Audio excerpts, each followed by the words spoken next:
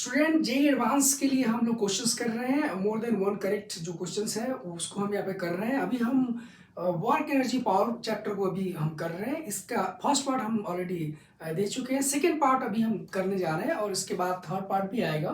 तो आप जैसे कि आपको पता है कि एडवांस के क्वेश्चन जो होते हैं उसमें मोर देन वन करेक्ट वाले क्वेश्चन होते हैं और साथ में इनका लेवल भी थोड़ा हाई होता है। तो ये सारे उसी के करस्पॉन्डिंग दिए गए हैं, तो इसको ध्यान रखिएगा। ठीक है, इसमें जो क्वेश्चंस होंगे वो उसके लेवल का होगा। तो इससे पहले के जो चैप्टर्स हैं यानी कि यूनिट एंड डायमेंशंस, उसके बाद काइनेटिक्स और लॉज ऑफ मोशन, उसके भी क्वेश्चंस अवेलेबल हैं हमारे चैनल पे। हमारे चैनल पे आप जाइए और उसको देख सकते हैं। और आगे बढ़ने से पहले मैं बोलूँगा कि हमारे चैनल को आप सब्सक्राइब करिए, जिससे कि जो भी कंटेंट आता है सबसे पहले आपके पास पहुँचे। और जो काफ़ी यूजफुल कंटेंट इसमें होते हैं, क्वेश्चंस होंगे जेईई एडवांस का अगर प्रिपरेशन कर रहे हैं और उसके लिए तो अभी इस साल देने वाले हैं 2023 में, या फिर आप अगले साल भी देने वाले हैं। यहाँ पे जो क्वेश्चंस क्वालिटी क्वेश्चंस मिलेंगे, जिससे कि आपका काफ़ी अच्छा इम्प्रूवमेंट होगा। तो चलते हैं, इसको देखिए और इसको सब्सक्राइब कर लीजिए, अपने दोस्तों में शेयर कर लीजिए। ज़्यादा से ज़्यादा लोग इसको सब्सक्राइब करेंगे तो हम ज़्यादा मोटिवेटेड होंगे और हम इसको और इस सीरीज़ को बढ़ाते चले जाएंगे। तो चलते शुरू करते हैं। इसको देखिए, क्वेश्चन है आपके पास और इस क्वेश्चन में ये इंक्लाइन प्लेन है और ये इंक्लाइन प्लेन जो है वो रफ है। तो रफ है जैसे, और ये स्प्रिंग है और यहाँ से यहाँ तक पूरा रफ है। ऐसा दिया गया है कि जब ब्लॉक छोड़ा जाता है, तो अगर आप क्वेश्चन पढ़ेंगे तो क्वेश्चन पढ़ के आपको यही मिलेगा कि जब ये ब्लॉक छोड़ा जाता है तो ये स्प्रिंग जो होती है वो 20 सेंटीमीटर कंप्रेस होती है और उसके बाद फिर से ये ब्लॉक जो है फुल कंप्रेशन के बाद ये ब्लॉक फिर से जाता है 1 मीटर जाके फाइनली रुक जाता है। ऐसा क्वेश्चन में दिया हुआ है इन्होंने। ओके, तो रुक जाता है तो यहाँ पे बेसिकली उसके करस्पॉन्डिंग कुछ ऑप्शंस पूछे गए हैं। क्या ये इसका कोफिशिएंट ऑफ मतलब इसका कोफिशिएंट ऑफ फ्रिक्शन कितना है इस सरफेस का, और भी एक दो चीज़ें पूछी गई हैं। तो होपफुली आपको क्वेश्चन समझ में आ गया हुआ है पढ़ के। ठीक है, मैं आगे बढ़ूँ तो इसके लिए देखिए उसको शो करता हुआ हम क्या करते हैं। यहाँ पे एक मैंने ये ले लिया है, उसको शो करते हुए मैंने एक डायग्राम यहाँ पे बनाया है। ओके, अब देखिए ये ब्लॉक आया यहाँ पे और साथ में ये ब्लॉक जो है वो मतलब इस स्प्रिंग को कंप्रेस भी कर रहा है। तो स्प्रिंग को कंप्रेस कर रहा है कितना, तो ये कंप्रेस कर रहा है 0.2 मीटर कंप्रेस भी कर रहा है। टोटल कितना है, टोटल यहाँ से यहाँ कितना ब्लॉक चला, ये ब्लॉक चला है टोटल 5 मीटर ब्लॉक चला है। कितना, 4.8 मीटर यहाँ पे और 0.2 मीटर यहाँ पे। ओके, यहाँ पे जो टोटल ब्लॉक यहाँ पे 5 मीटर चला और उसके बाद फिर से बाउंस बैक किया और बाउंस बैक किया यहाँ से कितना, तो यहाँ से 1 मीटर और यहाँ से गया। ऐसा गया क्वेश्चन में दे रखा है कि यहाँ से 1 मीटर और गया है। राइट, यहाँ से 1 मीटर ये 1 मीटर ये है। टोटल अगर देखा जाए तो अभी कितनी दूरी पे है, तो कितनी दूरी पे है, तो यहाँ से देखिए मैक्सिमम कंप्रेशन से वो 1 मीटर बाउंस बैक किया है। ये टोटल 5 है तो ऑफकोर्स ये 4 मीटर होगा। ठीक है ना, ये 4 मीटर होगा और इसी को दिखाता हुआ हमने ये डायग्राम दे रखा है। डायग्राम हमने यहाँ पर रिप्रेजेंट कर रखा है कि फाइनली ये जाके रुक जाता है। ये जो फाइनली है यानी कि इस जगह पे जाके, इस जगह पे ये फाइनली रुक जाता है। ठीक है, ये यहाँ पे रुक जाएगा। अब बात करते हैं कि देखिए हमें ऑप्शंस के बारे में देखना है कि coefficient of friction between block and incline, यानी इस ब्लॉक के बीच में और इंक्लाइन के बीच में कितना है कोफिशिएंट ऑफ फ्रिक्शन, तो उसको देखते हैं। म्यू इसका जो है कोफिशिएंट ऑफ फ्रिक्शन म्यू हम मान लेते हैं अपनी तरफ से।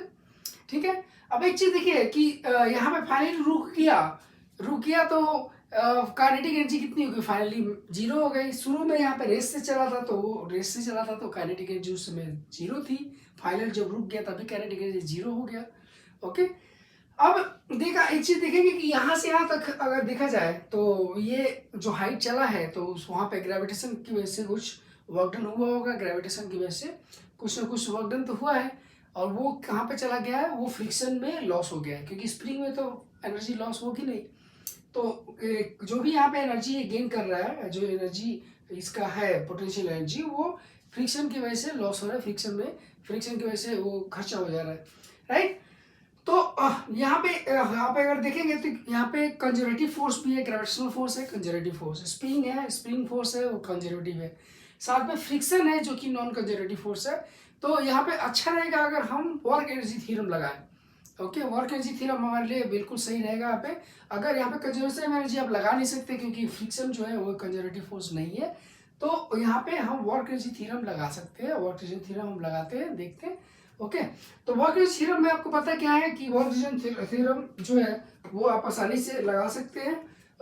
डेल्टा के यानी कि change in kinetic energy that is equal to W all, work done by all forces, work done by all forces है। तो अगर देखें इनिशियल और फाइनल को कंसीडर करता हूं मैं, इनिशियल और फाइनल को कंसीडर करता हूं, तो initial final, final kinetic energy कितनी, 0, और इनिशियल कितनी, 0। ओके, फाइनल रुक गया तब भी kinetic energy 0, initial kinetic energy 0। Work done by all मतलब वर्क डन कौन सा, तो work done by friction, okay, और वर्क डन बाई ग्रेविटेशन। तो ये वर्क डन बाई फ्रिक्शन भी होगा और वर्क डन बाई ग्रेविटेशन, ये यहाँ पे ये कर लेंगे। वर्क डन बाई फ्रिक्शन कितना होगा, वर्क डन बाई फ्रिक्शन, तो आपको फ्रिक्शन यहाँ पे काइनेटिक फ्रिक्शन लग रहा है, नीचे यहाँ से आया तो काइनेटिक फ्रिक्शन ये लग रहा है यहाँ पे, ठीक है, यहाँ से आया तो काइनेटिक फ्रिक्शन आपको बेसिकली जो फ्रिक्शन होगा काइनेटिक एनर्जी एफ के होगा, और एफ के कितना होता है, तो एफ के होगा, F K equal to mu N.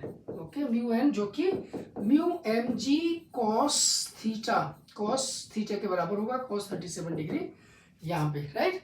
तो यहाँ से work done by work done, तो अब देखिए क्या है, टोटल ब्लॉक कितना चला, ब्लॉक टोटल कितना चला, इनिशियली यहाँ पे था तो यहाँ से आया, यहाँ से 5 मीटर चला है और एक ये 6 मीटर चला है, यहाँ से यहाँ 5 मीटर और एक यहाँ से यहाँ 6, एक मिला के तो 6 मीटर चला है।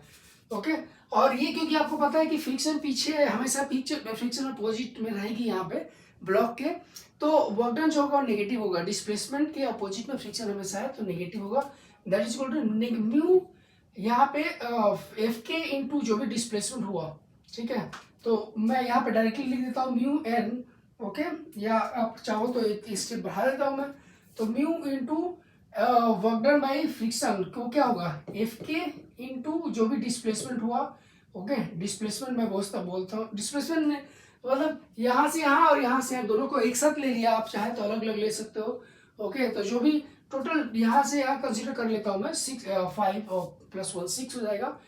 और ग्रेविटेशन की वजह से जो आया, ग्रेविटेशन तो देखिए ग्रेविटेशन डाउनवर्ड है, डिस्प्लेसमेंट भी डाउनवर्ड है, मतलब कि यहाँ से यहाँ फाइनली कितना गया, 4 मीटर गया, तो 4 मीटर गया, और ग्रेविटेशनल फोर्स कितना है, तो ये तो mg है, लेकिन इसका ये कंपोनेंट काम करेगा यहाँ पे mg साइन 37 डिग्री ये काम करेगा, तो यहाँ पे प्लस यह क्या होगा mg साइन 37 डिग्री, और कितना लेंथ चला है, तो बेसिकली 4 मीटर चला। अब इसी को आप कंसीडर करेंगे, यानी कि अब नेक्स्ट स्टेप में देखिए कि क्या होगा कि 0 इक्वल टू ये 0 ले आता हूँ, और ये फ्रिक्शन कितना होगा, फ्रिक्शन वहां से उठा के ले आता हूँ, mu M G cos 37, okay, और plus M G sine 37 into 4। अच्छा, यहाँ पे डिस्प्लेसमेंट कितना होगा बेसिकली, तो यहाँ से यहाँ 5 और ये टोटल 6 में ले लेता हूँ, तो यहाँ पे इंटू 6 से मल्टीप्लाई करूंगा इसको।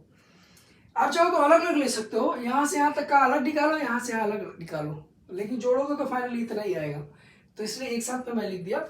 और इसको थोड़ा सा आप थोड़ा कैलकुलेट करोगे, मतलब कि कैलकुलेशन एम जी काट दीजिए और इसको वैल्यू पुट करेंगे, cos 37 की वैल्यू आपको पता है, cos 37 की वैल्यू कितनी होगी 4/3, साइन 37 की वैल्यू 3/4 आएगी। ओके, तो इसकी वैल्यू आप आएंगे यहाँ पे, सॉरी यहाँ पे 4/5 आएगा, ठीक है ना, तो 4/5 यहाँ पे आ जाएगा, और ये क्या होगा, तो ये 3/5 आ जाएगा, यहाँ पे वैल्यू पुट करेंगे आप, तो वैल्यू पुट करेंगे तो म्यू की जो वैल्यू आ रही है वो ये वैल्यू आ रही है 0.5, ओके, 0.5 ये वैल्यू आ रही है म्यू की। यहाँ पे cos 37 की वैल्यू 4/5 आएगा, साइन 37 की वैल्यू 3/5 आएगा, राइट। यहाँ पे तो एक ऑप्शन ये सही हो जाएगा आपका। उसके बाद और चीज यहाँ पे है कि value of spring constant is this one, तो स्प्रिंग कांस्टेंट की वैल्यू आपको बोला गया है निकालने के लिए, तो अब चला जाए। अब दूसरा देखिए क्या है कि आप क्या कर सकते हो कि इस बार कंजर्वेशन मतलब यहाँ पे वर्क एनर्जी थ्योरम लगा सकते हो, ये इनिशियल लीजिए और जब कंप्रेस हो जाएगा फाइनली उसको फाइनल लीजिए, ये इनिशियल है और जब कंप्रेस हो जाएगा उसको फाइनल लीजिए। तो इनिशियल और फाइनल को लेके आप कंजर्वेशन ऑफ मैकेनिकल एनर्जी यहाँ पे लगाइए और कंजर्वेशन मैकेनिकल सॉरी देखिए यहाँ पे क्योंकि फ्रिक्शन इन्वॉल्व है तो हम कंजर्वेशन मैकेनिकल एनर्जी नहीं लगा सकते, हमको लगाना पड़ेगा वर्क एनर्जी थ्योरम फिर से। वर्क एनर्जी थ्योरम फिर से हमें यहाँ पे अप्लाई करना पड़ेगा, क्यों? फ्रिक्शन अवेलेबल है, जो यहाँ पे फ्रिक्शन प्रेजेंट है, फ्रिक्शन जो है कि कंजर्वेटिव फोर्स नहीं है, राइट। अब यहाँ पे बात करते हैं सेकेंड पार्ट के लिए। तो सेकेंड पार्ट में जब ये ब्लॉक यहाँ पे है और ये थोड़ा सा कंप्रेस होके, यानी कि ये थोड़ा कंप्रेस हो जाएगा और यहाँ पे फिर से रुक जाएगा, फाइनल वेलोसिटी ब्लॉक की फिर से जीरो होगी। तो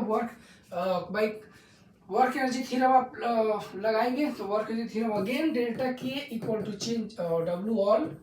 तो यहाँ पे चेंज काइनेटिक एनर्जी, फाइनली यहाँ पे आके रुक गया, kinetic energy zero. Initial kinetic energy वहाँ पे रेस से चला है तो फिर से kinetic energy zero. Work done by किसकी वजह से? वर्क डन बाई ग्रेविटेशन की वजह से, plus work done by friction की वजह से, plus work done by spring force. इस बार इसका वर्क कंसीडर होगा। क्यों कंसीडर होगा? क्योंकि ब्लॉक यहाँ से यहाँ तक आया है और फ्रिक्शन जो होगा, फ्रिक्शन का फोर्स इस डायरेक्शन में होगा और वो कुछ ना कुछ काम करेगा, ओके काम करेगा। तो यहाँ से यहाँ तक का आपको पता है कंप्रेशन कितना है, तो 0.2 मीटर का कंप्रेशन है ये वाला, ठीक है ये वाला। और ब्लॉक यहाँ से आएगा तो टोटल डिस्टेंस कितना चलेगा? टोटल 5 मीटर चलेगा, टोटल 5 मीटर चलेगा। अब यहाँ पे थोड़ा सा इसको वैल्यू पुट करें तो 0 इक्वल टू ग्रेविटेशनल फोर्स क्या होगा? mg sin 37। आप यहाँ पे देखेंगे तो आपको समझ में आ रहा होगा कि ये कितना फोर्स है, mg है और mg का ये वाला कंपोनेंट जो होगा वो क्या होगा? mg sin 37, okay. और ये होगा तो यहाँ पे mg sin 37 और डिस्प्लेसमेंट ये किसकी वजह से? ग्रेविटेशन की वजह से। डिस्प्लेसमेंट कितना है? 5। और एक और चीज आप देखेंगे यहाँ पे ग्रेविटेशनल फोर्स भी इसी डायरेक्शन में और डिस्प्लेसमेंट भी इसी डायरेक्शन में, तो यहाँ पे पॉजिटिव हो जाएगा, वर्क डन पॉजिटिव हो जाएगा 5। वर्क डन में फ्रिक्शन क्या है? तो वर्क डन आपको पता है फ्रिक्शन तो अपोजिट डायरेक्शन में लगेगा तो वो आपका नेगेटिव होगा, ठीक है नेगेटिव होगा। That is equal to mu mg cos 37 into 5। Again 5 distance length तो उतना ही चलेगा 5 मीटर का, उसके बाद ही तो रुका है। उसके बाद स्प्रिंग फोर्स की वजह से जो वर्क होगा हाफ के एक्स स्क्वायर,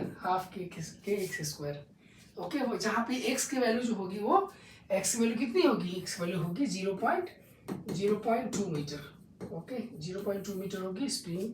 यहाँ पे वैल्यू जब हम पुट करते हैं तो इसकी वैल्यू जो आती है वो इतनी आती है, यानी कि के की वैल्यू जो आती है इसको सॉल्व करेंगे तो 1000 न्यूटन पर मीटर, ठीक है। वैल्यू पुट करेंगे आप यहाँ पे तो इसकी वैल्यू यहाँ से आ जाती है, राइट।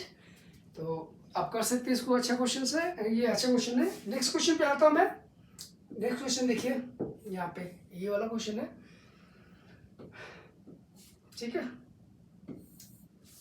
क्वेश्चन है इस तरह का एक, यहाँ पे देख सकते हैं सॉलिड स्फीयर है, सॉलिड स्फीयर पे फोर्स सबसे टॉप पे लगाया जा रहा है और रफ सरफेस है। ये रफ सरफेस इतना सफिशिएंटली रफ है कि यहाँ पे स्लिपिंग नहीं होने दे रहा है। ये क्वेश्चन में दे रखा है without slipping, rolling without slipping हो रही है, ठीक है।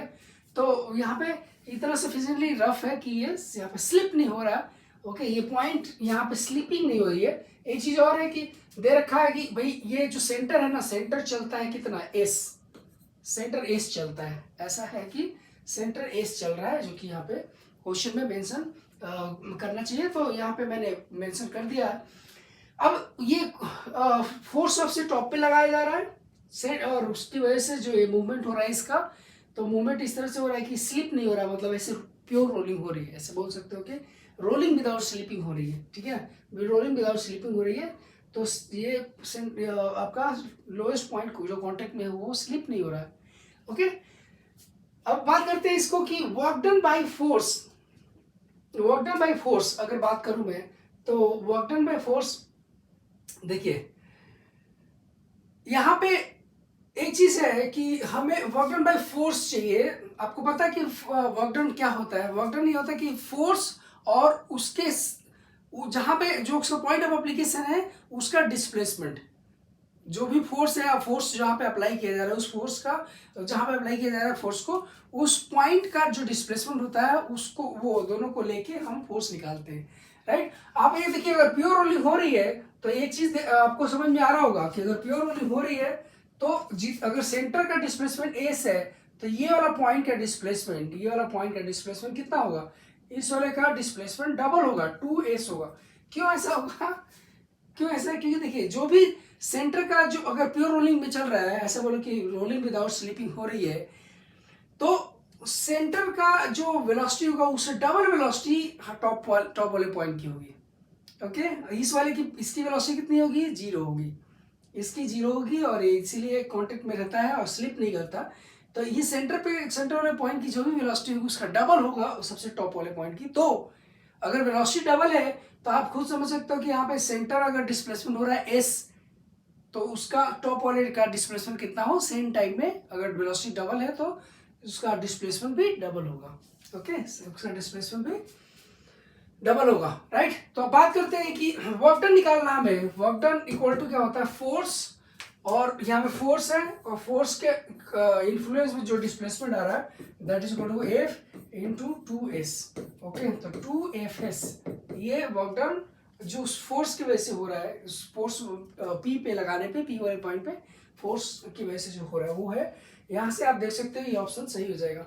उसका velocity of top point is equal to velocity of point of contact, velocity of top point is equal 2 times velocity of centre of mass. तो देखिए ये जो डिस्प्लेसमेंट जो है आप देख सकते हो, डिस्प्लेसमेंट अगर इसका टॉप वाले का डबल है तो आपका वेलोसिटी भी डबल होगा सेम टाइम में। अगर आपका डिस्प्लेसमेंट इसका डबल है तो इसका वेलोसिटी भी सेम, मतलब वेलोसिटी भी डबल होगा, राइट।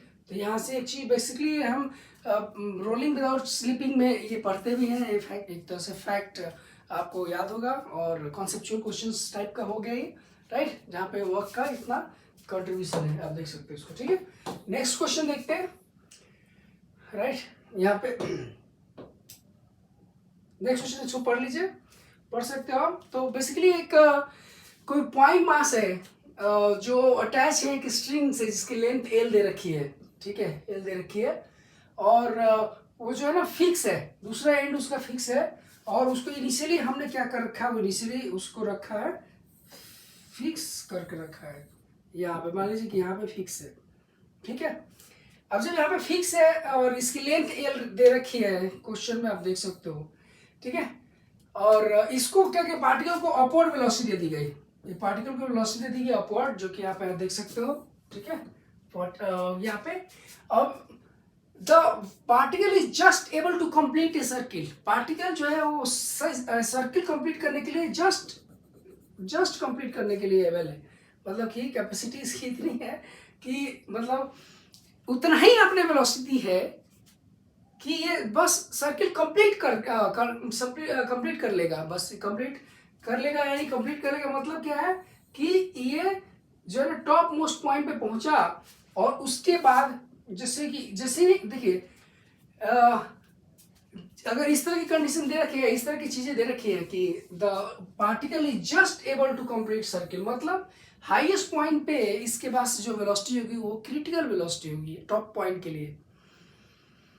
इस सर्किल को कंप्लीट करने के लिए जो हाईएस्ट पॉइंट पे जो वेलोसिटी होनी चाहिए वो वेलोसिटी क्रिटिकल वेलोसिटी होगी। कितनी क्रिटिकल वेलोसिटी की, उसको क्रिटिकल वेलोसिटी की वैल्यू कितनी होती है, अगर आर रेडियस के सर्किल में कोई पार्टिकल घूम रहा है तो और जस्ट सर्किल को कंप्लीट कर रहा है, तो इसका मतलब कि हाईएस्ट पॉइंट वेलोसिटी कितनी होती है, under root of G R, याद है आपको। उसी तरह से यहाँ पे जो क्रिटिकल वेलोसिटी होगी वो क्रिटिकल वेलोसिटी यानी कि टॉप मोस्ट पे जो वेलोसिटी होगी वो इसकी क्रिटिकल वेलोसिटी के बराबर होगा, जो कि जी into L.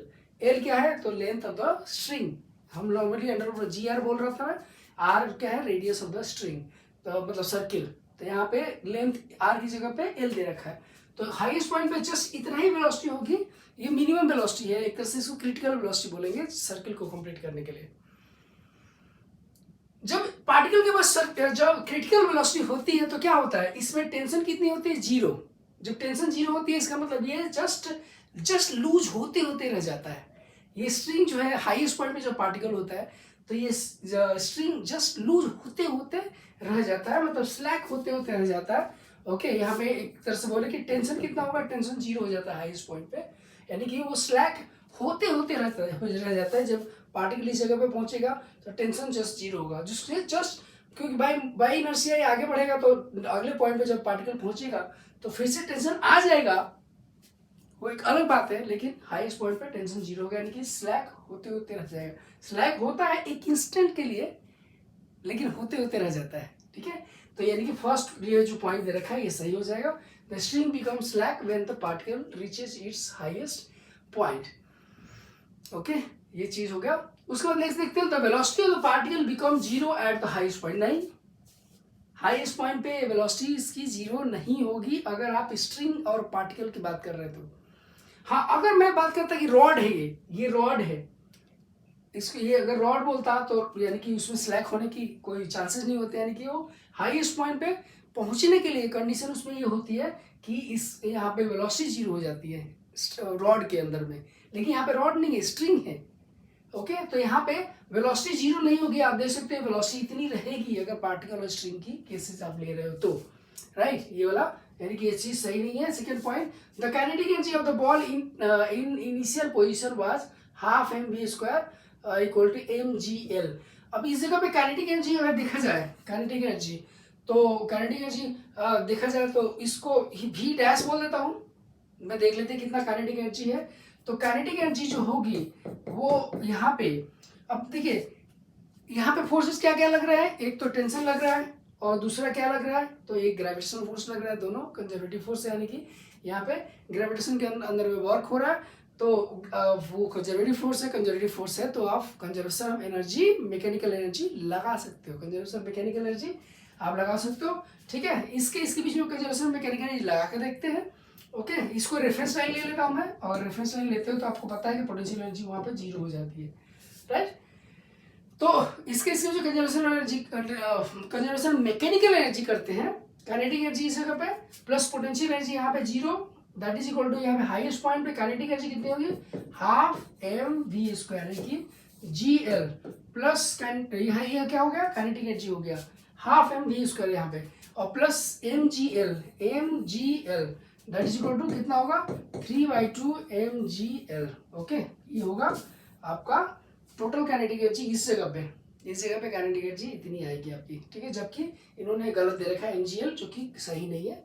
The particle again passes through the initial position, बिल्कुल एक बार ये हाईएस्ट पॉइंट को क्रॉस कर गया तो फिर से वापस ये मतलब पूरा सर्किल कंप्लीट करेगा। बस मेन होता है हाईएस्ट पॉइंट को देखना, हाईएस्ट पॉइंट अगर क्रॉस कर गया, अगर हाईएस्ट पॉइंट को पार कर गया तो ये सर्किल कंप्लीट करेगा, यानी कि फिर से वापस अपने इनिशियल कंडीशन में फिर से आएगा, ठीक है, मतलब इनिशियल पॉइंट से फिर से पास करेगा। ओके, तो नेक्स्ट क्वेश्चन देखते हैं इसमें। ओके, नेक्स्ट क्वेश्चन के ऊपर चलते हैं हम लोग। बेसिकली क्वेश्चन ये दे रखा है कि एक पार्टिकल है जिसका जो है ना पोटेंशियल एनर्जी दे रखा है और इनिशियल वेलोसिटी दे रखी है। अब आपको फाइंड आउट करना है वेलोसिटी मतलब पार्टिकल की स्पीड फाइंड आउट करनी है किसी पर्टिकुलर टाइम पे 5 सेकेंड पे, एक्सेलरेशन फाइंड आउट करना है। तो एक्सेलरेशन कैसे फाइंड आउट करोगे, तो एक्सेलरेशन कहीं ना कहीं फोर्स हमें पता होना चाहिए, क्योंकि यहाँ पे फोर्स अगर पता होगा तभी हम एक्सेलरेशन निकाल पाएंगे F = ma वाले रिलेशन से। अब फोर्स कैसे पता चलेगा, तो फोर्स पता चलेगा पोटेंशियल एनर्जी से, कैसे रिलेट कर पाएंगे आप, तो F इक्वल टू पता है आपको, that is equal to minus du/dx i cap plus du/dy j cap. ये रिलेशन आप लगा सकते हो, ठीक है। ये चीज अगर z होता है तो z कंपोनेंट k कंपोनेंट भी, मतलब अगर यहाँ पे इस रिलेशन में अगर देखिए x और y खाली है, अगर z होता तो मैं यहाँ पे k कैप वाला टर्म में लिखता, लेकिन दो ही है i कैप, x और y है इसलिए मैं दो ही ले रहा हूँ। अब इसको जो है माइनस डिफरेंशिएट करूंगा मैं पहले x के रिस्पेक्ट में पूरे को, तो माइनस तो है ही यहाँ पे -7 और इसका तो 0 हो जाएगा और i कैप, ओके, और प्लस इसको डिफरेंशिएट करूंगा मैं y के रिस्पेक्ट में, तो 24j कैप, ठीक है ना, ये आएगा। ये फोर्स आपका है, ये माइनस ऑलरेडी है बाहर, ये बाहर फॉर्मूले में आपको पता होगा ये फॉर्मूला F = -du/dr होता है इस तरह से, अगर आप यहाँ पे एक्स के रिस्पेक्ट में ले रहे हो तो एक्स के रिस्पेक्ट में यहाँ पे डिफरेंशिएट करेंगे, वाई के रिस्पेक्ट में कर सकते हैं, जेड के रिस्पेक्ट में कर सकते हैं। तो ये माइनस तो है ही, माइनस को हम यहाँ पे ले लेंगे अंदर। 7i cap minus 24j cap, ये हमारा क्या हो गया, फोर्स हो गया। एक बार आपको फोर्स निकल आएगा तो हम क्या कर सकते हैं, एक्सेलरेशन निकाल सकते हैं। एक्सेलरेशन कैसे निकालेंगे, तो F इक्वल टू ma से हम एक्सेलरेशन निकालेंगे, यानी कि एक्सेलरेशन जो होगा दैट इज इक्वल टू, ये बहुत आसानी से निकल आता है इसको, यानी कि ये जो फोर्स आया है इसको आप डिवाइड कर दीजिए किससे, मास से, that is equal to 5। Okay, तो ये यहाँ से आपको कितना आएगा, 7/5 I cap plus minus 24/5 J cap. Okay, ये आपका यहाँ पे यही आएगा एक, ठीक है।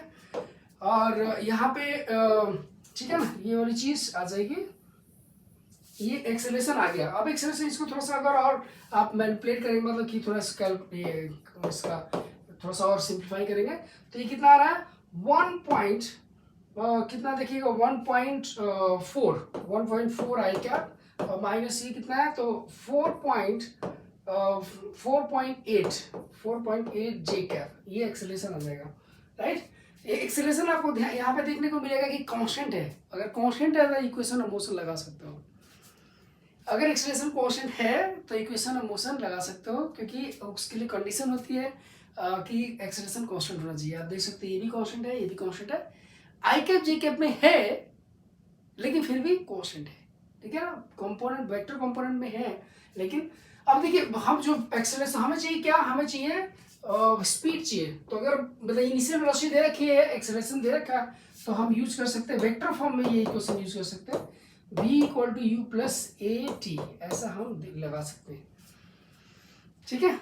ये हम कर सकते हैं। इसका क्या करेंगे, तो इसका यहाँ पे 14.4 आई कैप प्लस 4.2 जे कैप, ठीक है, प्लस यहाँ से ये उठा के लाऊंगा, और टी की वैल्यू कितनी होगी, टी 4 सेकेंड, 4 सेकेंड पे आप इसको कैलकुलेट कर लीजिए, यानी कि कितना होगा, 14 पॉइंट नहीं, यहाँ पे u प्लस ए टी है, तो ए टी के लिए हम थोड़ा सा ये वाला ले आएंगे, 1.4 I cap minus 4.8 J cap. Okay, v equal to u plus a t, t कौन सा है, t 4 second into 4 second. Okay, तो ये आ रहा है। इसको आप करेंगे कि इसको मतलब कैलकुलेट करेंगे आप, तो फाइनली आपको ये निकल आएगा, जो कि स्पीड आप भी निकल आएगा आई कैप जे कैप में, तो वहां से आप उसका मैग्नीट्यूड निकाल लेंगे, तो इसकी वैल्यू इतनी आ रही है, 25 आ जाएगी, ठीक है। होपफुली इतना समझ में आ रहा होगा। Particle has its acceleration, of course it's जो एक्सेलरेशन है, इसको आप इसका मैग्नीट्यूड निकालेंगे, तो मैग्नीट्यूड निकालेंगे तो इसका वैल्यू जो आ रहा है वो कितना आ रहा है, इतना ही आ रहा है। कैसे करेंगे, तो थोड़ा सा मैं करके दिखा देता हूँ। लीजिए, मैग्नीट्यूड अगर आप निकालने जाओगे तो मैग्नीट्यूड इतना ही आ रहा है जितना दे रखा है, मतलब वैल्यू आ रही है, इससे मैग्नीट्यूड निकालिए, that is equal to root of 7/5 और प्लस 24/5 का होल स्क्वायर करेंगे, तो ये आएगा बेसिकली 25 आ रहा है, अंडर रूट ऑफ 6 to 5 आ रहा है, जो कि 25 नहीं स्पीड है ना बेसिकली, नहीं एक्सेलरेशन चाहिए हमें, सॉरी। यहाँ पे आप करेंगे तो ये आएगा अंडर रूट ऑफ 25, और ये जो आएगा फाइनली वो आएगा क्या, 5 मीटर पर सेकेंड स्क्वायर, ये की वैल्यू मैग्नीट्यूड आ जाएगा ये, ठीक है। तो ये सही आ जाएगा आपका। The acceleration of particle is normal to its initial velocity. दो वेक्टर्स परपेंडिकुलर हैं एक दूसरे के, तो अगर उनको प्रूफ करने के लिए हम क्या यूज करते थे, या हम क्या यूज कर सकते हैं, क्या यूज करना चाहिए कि दोनों दो वेक्टर्स हैं हमारे पास, एक दूसरे के परपेंडिकुलर हैं, ये प्रूफ करने के लिए सबसे अच्छा तरीका है उनका डॉट प्रोडक्ट 0 कर दीजिए। अगर उनका डॉट प्रोडक्ट 0 है, इसका मतलब वो दोनों एक दूसरे के परपेंडिकुलर है। क्या है, तो देखिए ये आपको दे रखा है इनिशियल वेलोसिटी ये है, ठीक है ना, इनिशियल वेलोसिटी और एक्सेलरेशन, तो एक्सेलरेशन ये दे रखा है। आप दोनों का यानी एक्सेलरेशन और इनिशियल वेलोसिटी इनका डॉट प्रोडक्ट निकालिए, ये डॉट प्रोडक्ट 0 आएगा, ठीक है, ये डॉट प्रोडक्ट 0 आएगा, आप यहाँ से कर सकते हैं, ठीक है। तो ये सेकेंड पार्ट में वर्क एनर्जी पावर का जो सेकेंड पार्ट है, यहाँ तक मैं अभी स्टॉप करता हूँ। इसके थर्ड पार्ट जस्ट इसके बाद आप थर्ड पार्ट कंटिन्यू कर सकते हैं। ओके, इसमें और भी क्वेश्चंस होंगे, अच्छे क्वेश्चंस। और अगर हमारे चैनल को आपने सब्सक्राइब नहीं किया है तो आप इसको सब्सक्राइब कर दीजिए, जिससे कि ज़्यादा से ज़्यादा कंटेंट आपके पास पहुँचे और जैसे ही हम अपलोड करें आपके पास पहुँच जाए और इसका आपको बेनिफिट मिले। साथ में अपने दोस्तों को भी फॉरवर्ड करिए जिससे कि उनको काफ़ी एक ऑथेंटिक और इम्पॉर्टेंट जो लिंक है वो मिल जाए, जिससे कि वो अपना कॉन्सेप्ट क्लियर कर पाए और इम्प्रूवमेंट कर पाए। ओके, उनकी हेल्प हो जाएगी अगर आप उनको भी फॉरवर्ड करते हैं अपने ग्रुप्स में, स्कूल के ग्रुप्स में इसको फॉरवर्ड करिए जिससे कि वो ज़्यादा से ज़्यादा लोग सब्सक्राइब करें। Okay, thank you.